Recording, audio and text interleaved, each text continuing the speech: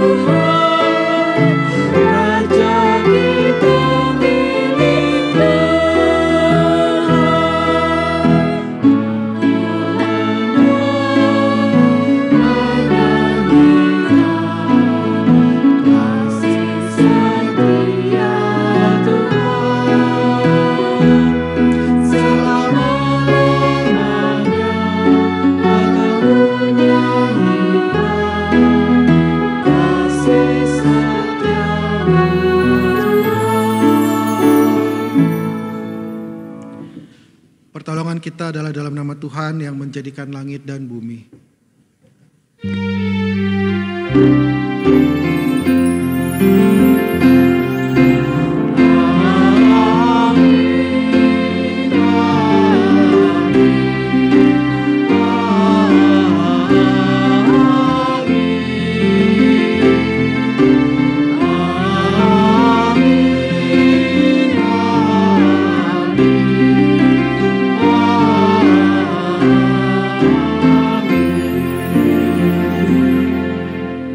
Salam sejahtera bagi saudara-saudara yang datang di dalam nama Tuhan. Tuhan beserta saudara. Dan beserta saudara juga.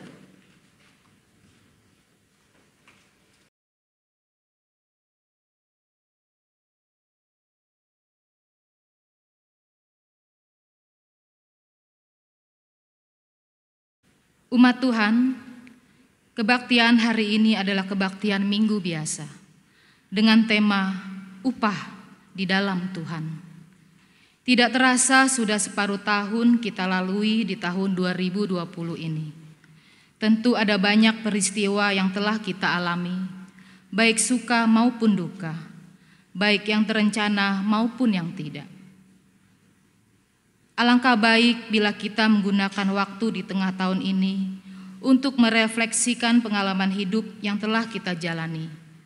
Sejauh mana kita menghayati kehadiran Tuhan di dalam perjalanan hidup kita ini. Sejauh mana kita menjalaninya di dalam ketaatan kepada Tuhan. Kita perlu menyadari bahwa hidup bukanlah milik kita, melainkan milik Tuhan.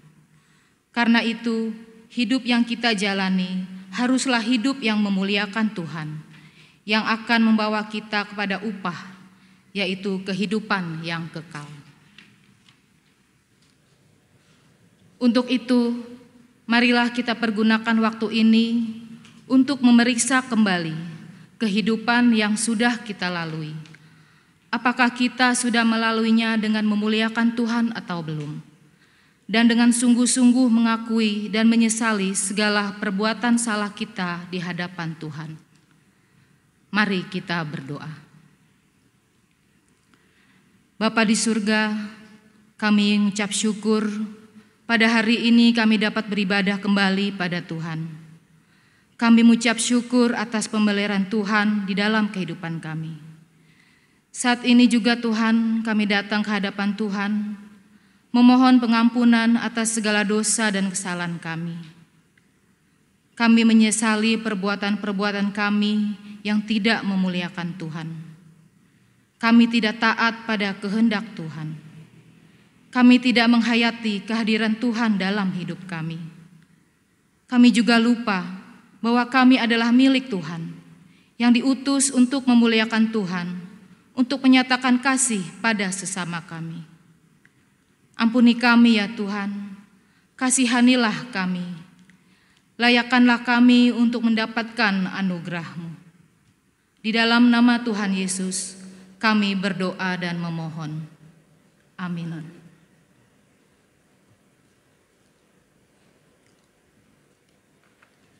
Berita anugerah. Dengarkanlah firman Tuhan yang menjadi berita anugerah bagi kita hari ini, dari Roma pasal 8 ayat 10 sampai 11. Tetapi jika Kristus ada di dalam kamu, maka tubuh memang mati karena dosa, tetapi roh adalah kehidupan oleh karena kebenaran. Dan jika roh Dia yang telah membangkitkan Yesus dari antara orang mati diam di dalam kamu, maka Ia yang telah membangkitkan Kristus Yesus dari antara orang mati akan menghidupkan juga tubuhmu yang fana itu oleh rohnya, yang diam di dalam kamu. Demikianlah berita anugerah dari Tuhan. Syukur kepada Allah.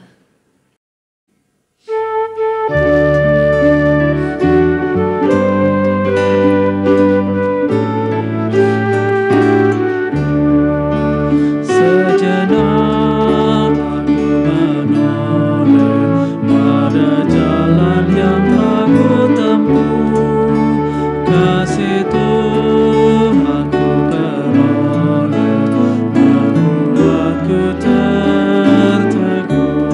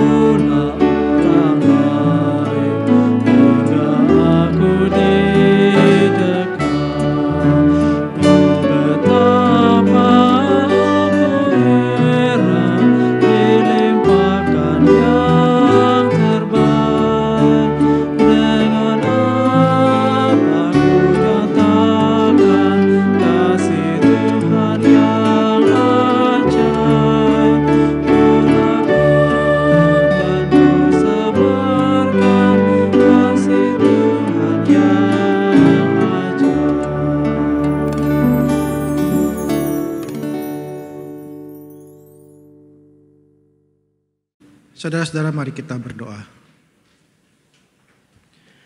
Puji syukur dan terima kasih ya Bapa untuk penyertaan-Mu sehingga kami boleh melewati separuh tahun 2020 ini.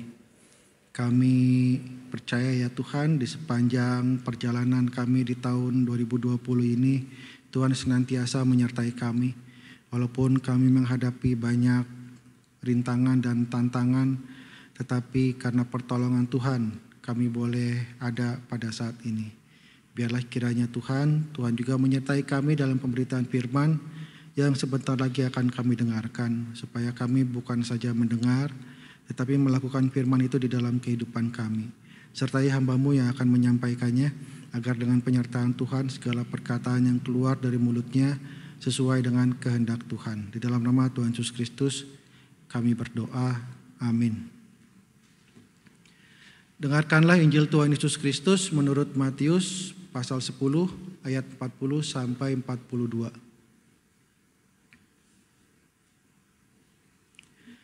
Barang siapa menyambut kamu, ia menyambut aku. Dan barang siapa menyambut aku, ia menyambut dia yang mengutus aku. Barang siapa menyambut seorang nabi sebagai nabi, ia akan menerima upah nabi. Dan barang siapa menyambut seorang benar sebagai orang benar, ia akan menerima upah orang benar. Dan barang siapa memberi air sejuk secangkir saja pun kepada salah seorang yang kecil ini, karena ia muridku, aku berkata kepadamu, sesungguhnya ia tidak akan kehilangan upahnya daripadanya. Demikianlah Injil Tuhan Yesus Kristus. Berbahagialah mereka yang mendengarkan firman Allah dan yang memeliharanya. Haleluya.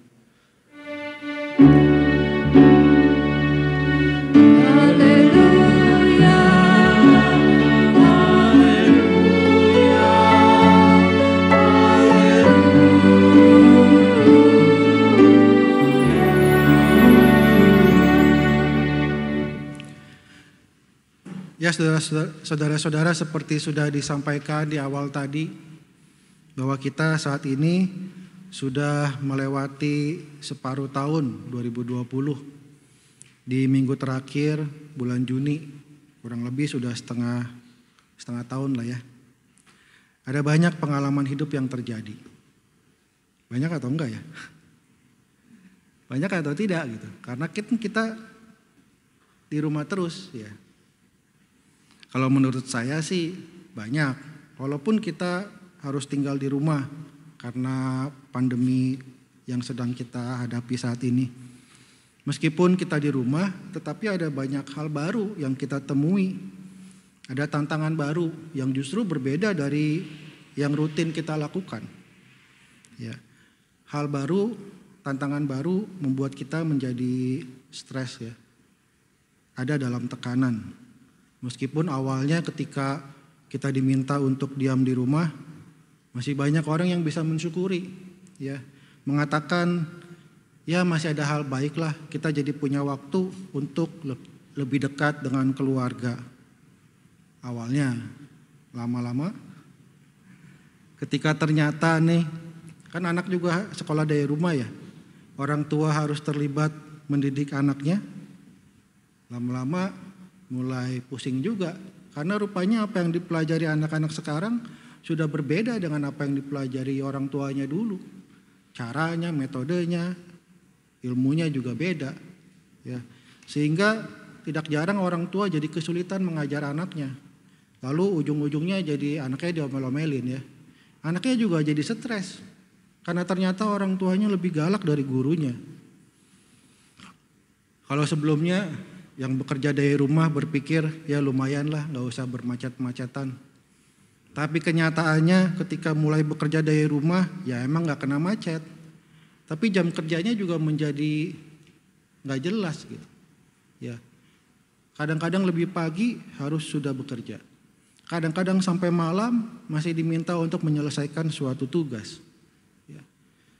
Belum lagi harus menghadapi situasi di rumah dengan anak tadi yang harus dididik dan sebagainya. Akhirnya jadi menimbulkan tekanan.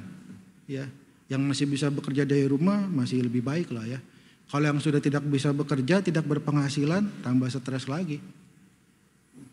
Itulah sebabnya di banyak negara dilaporkan ada peningkatan kasus perceraian.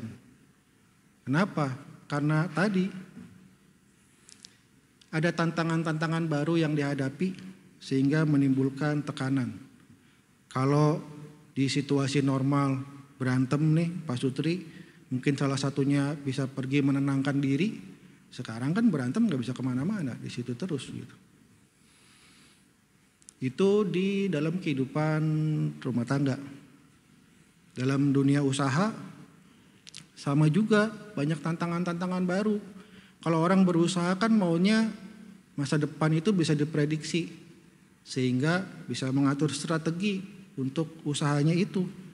Ketika hari depan serba gak jelas, maka itu menjadi persoalan buat mereka yang berwira swasta atau buat mereka yang menjadi pengusaha.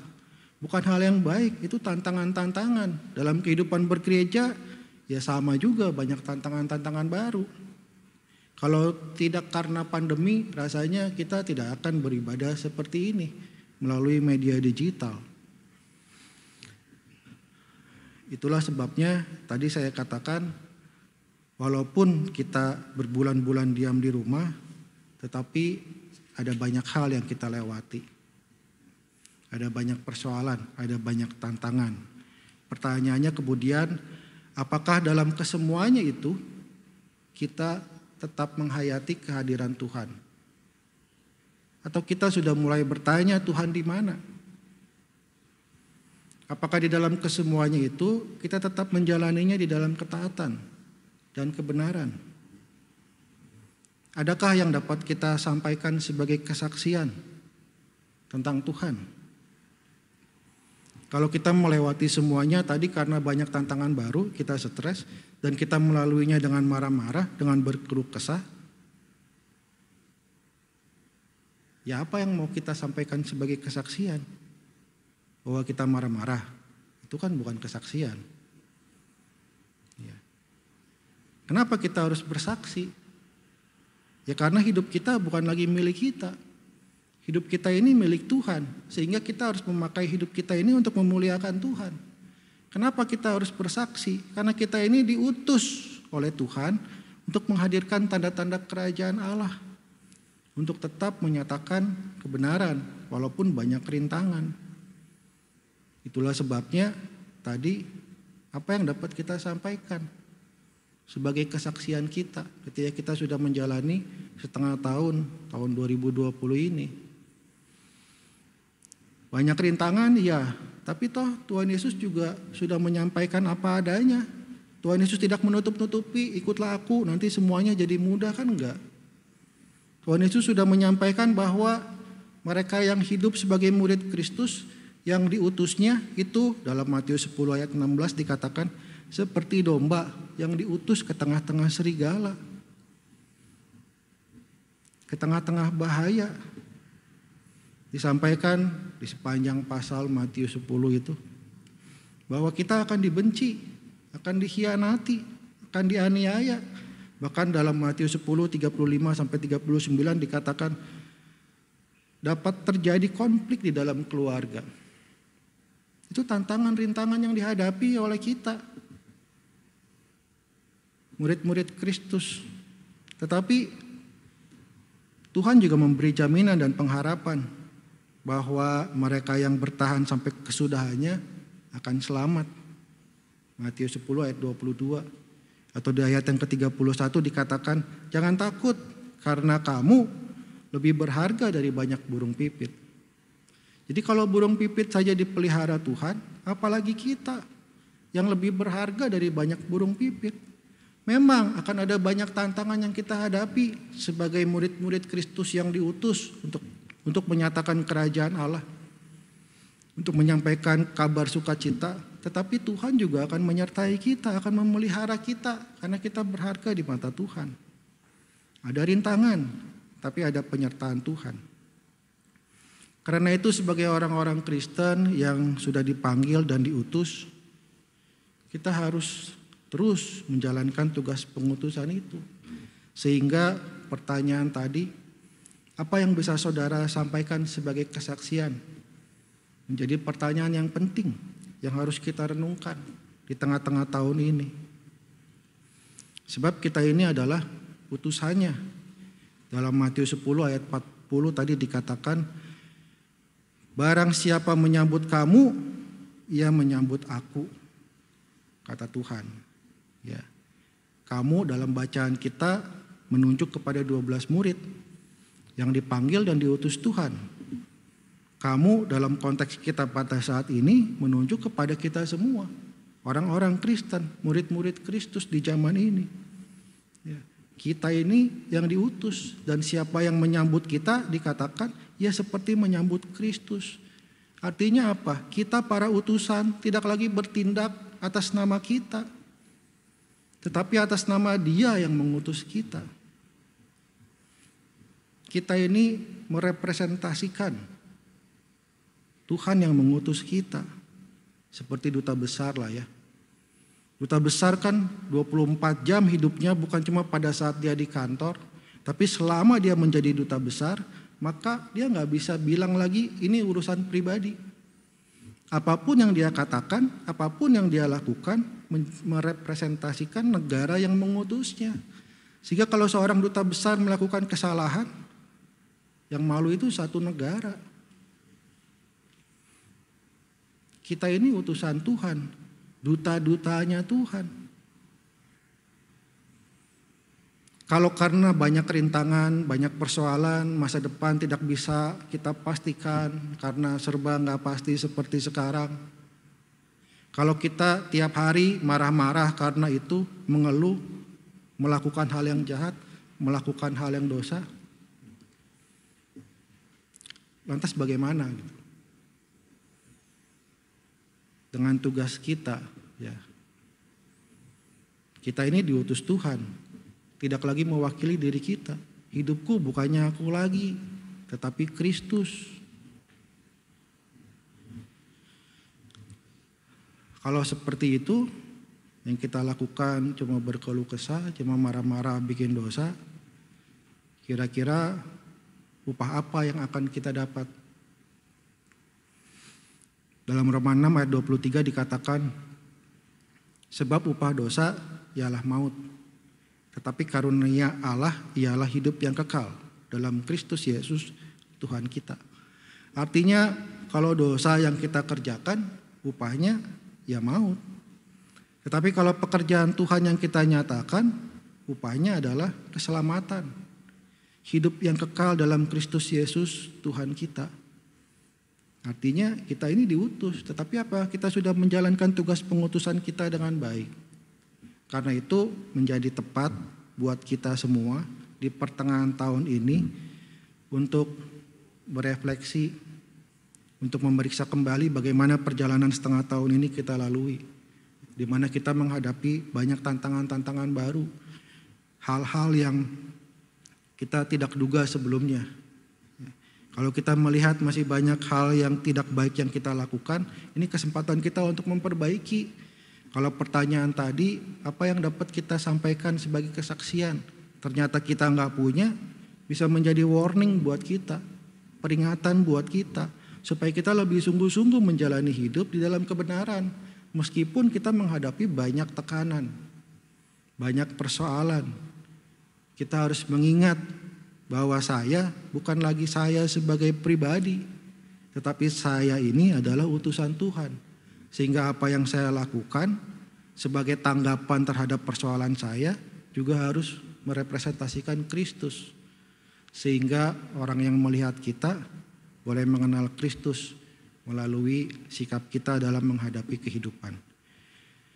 Kiranya Tuhan menolong kita. Amin. Bersama dengan gereja di segala abad dan tempat, marilah kita mengakui pengakuan iman kita menurut pengakuan iman rasuli yang menyatakan, aku percaya kepada Allah, Bapa yang Maha Kuasa, Halik langit dan bumi, dan kepada Yesus Kristus, Anak yang tunggal Tuhan kita, yang dikandung daripada Roh Kudus, lahir dari anak darah Maria, yang menderita sengsara di bawah pemerintahan Pontius Pilatus, disalibkan, mati dan dikuburkan, turun ke dalam kerajaan maut. Pada hari yang ketiga, bangkit pula dari antara orang mati, naik ke sorga, duduk sebelah kanan Allah, Bapa yang Maha Kuasa. Dan dari sana ia akan datang untuk menghakimi orang yang hidup dan yang mati. Aku percaya pada Roh Kudus, gereja yang kudus dan am, persekutuan orang kudus, pengampunan dosa, kebangkitan orang mati, dan hidup yang kekal. Amin.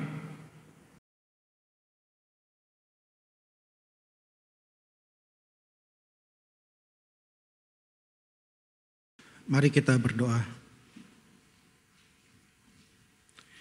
Terima kasih ya Tuhan untuk firman yang kami dengar, yang mengajak kami untuk memeriksa kembali perjalanan kami di tahun 2020 ini.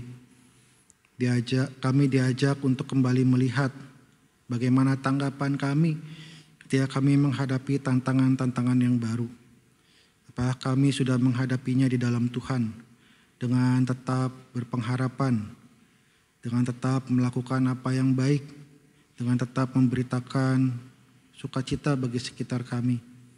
Biarlah kiranya melalui firman Tuhan tadi, kami kembali dikuatkan dan dimampukan untuk dapat melewati sisa tahun ini dengan lebih baik, dengan menjalankan apa yang Tuhan tugaskan kepada kami untuk menyatakan kerajaan Allah dimanapun kami ada.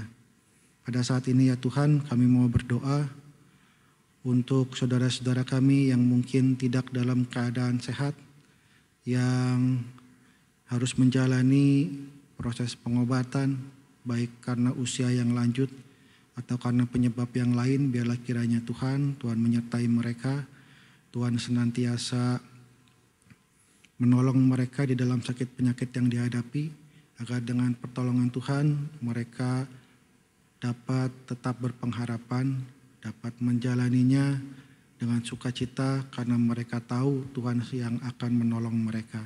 Kami berdoa juga Tuhan bagi anak-anak, bayi-bayi, mereka yang sedang hamil, yang berusia lanjut, yang ada dalam kelompok yang rentan terpapar virus. Biarlah kiranya Tuhan boleh menjaga dan memelihara mereka, supaya mereka boleh memiliki kewaspadaan, dapat memiliki kehati-hatian, sehingga dapat menjaga kehidupan mereka senantiasa sehat dan tidak tertular oleh virus yang sedang mewabah pada saat ini.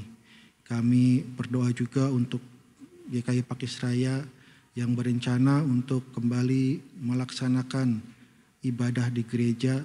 Biarlah kiranya Tuhan boleh menolong majelis jemaat, para aktivis yang akan menyelenggarakan, supaya dapat mempersiapkan segala sesuatunya dengan baik, sehingga dapat meminimalkan risiko penularan pandemi di gereja, sehingga kami dapat mengikuti ibadah dengan tenang, jauh dari perasaan khawatir, karena kami sudah bertanggung jawab di dalam pelaksanaannya. Kami berdoa juga untuk pemerintah Indonesia di dalam berusaha memberi yang terbaik ketika kami sebagai bangsa menghadapi persoalan, baik terkait pandemi maupun kesulitan ekonomi sebagai akibat dari wabah penyakit ini. Biarlah kiranya pemerintah kami dimampukan untuk dapat mengambil kebijakan-kebijakan yang tepat agar dapat meminimalkan dampak dari menurunnya perekonomian maupun juga dari penyebaran wabah penyakit ini. Kami berdoa untuk para medis, dokter dan perawat yang harus berhadapan langsung dengan pandemi COVID-19 ini. Biarlah Tuhan juga memberikan mereka kekuatan dan kesehatan fisik yang baik, sehingga mereka dapat menjalankan tugasnya, memberikan perawatan yang terbaik bagi mereka yang menjadi korban virus corona ini. Terima kasih ya Tuhan. Inilah doa-doa kami yang kami naikkan di dalam nama anak-Mu, Tuhan kami Yesus Kristus. Amin.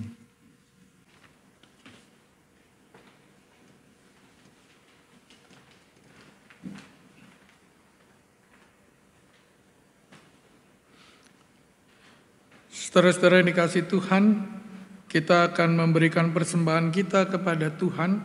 Persembahan dapat diberikan melalui transfer ke rekening GKI Pakis Raya atau melalui QRIS GKI Pakisraya dan panitia renovasi rumah ibadah, atau dengan menyimpannya di dalam amplop persembahan untuk kemudian membawanya ke gereja pada saat kita sudah dapat beribadah kembali di gereja.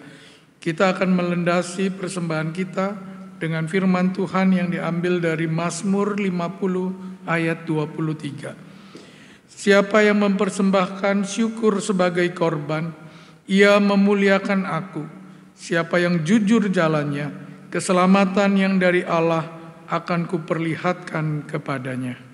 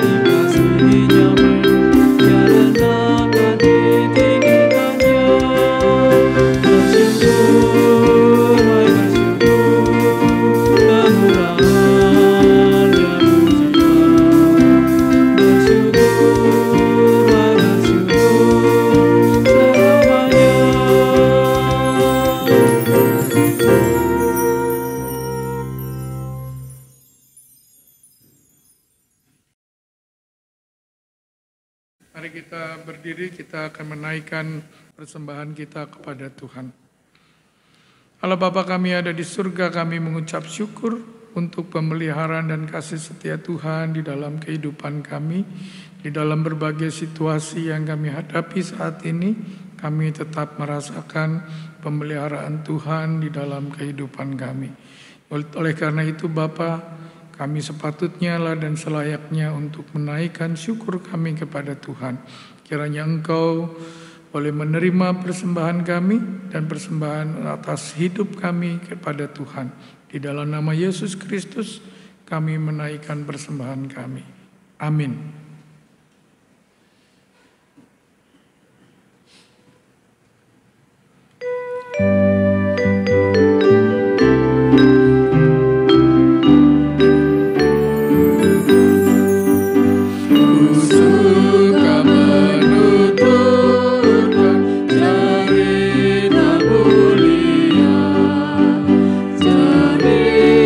Tuhan Yesus, dan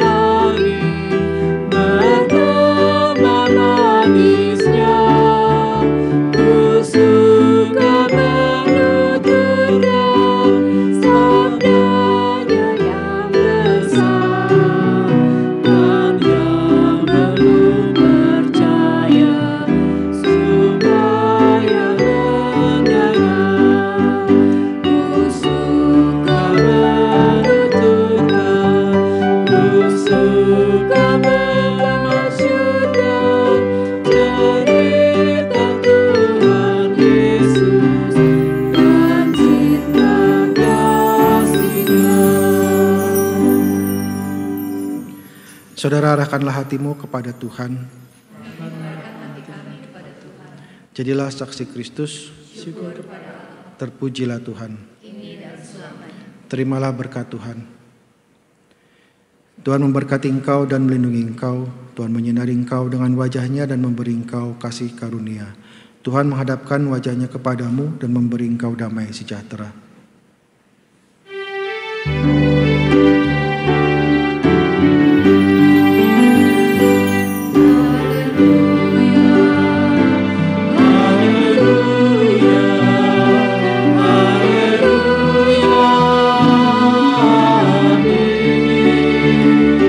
Di setiap tataran karya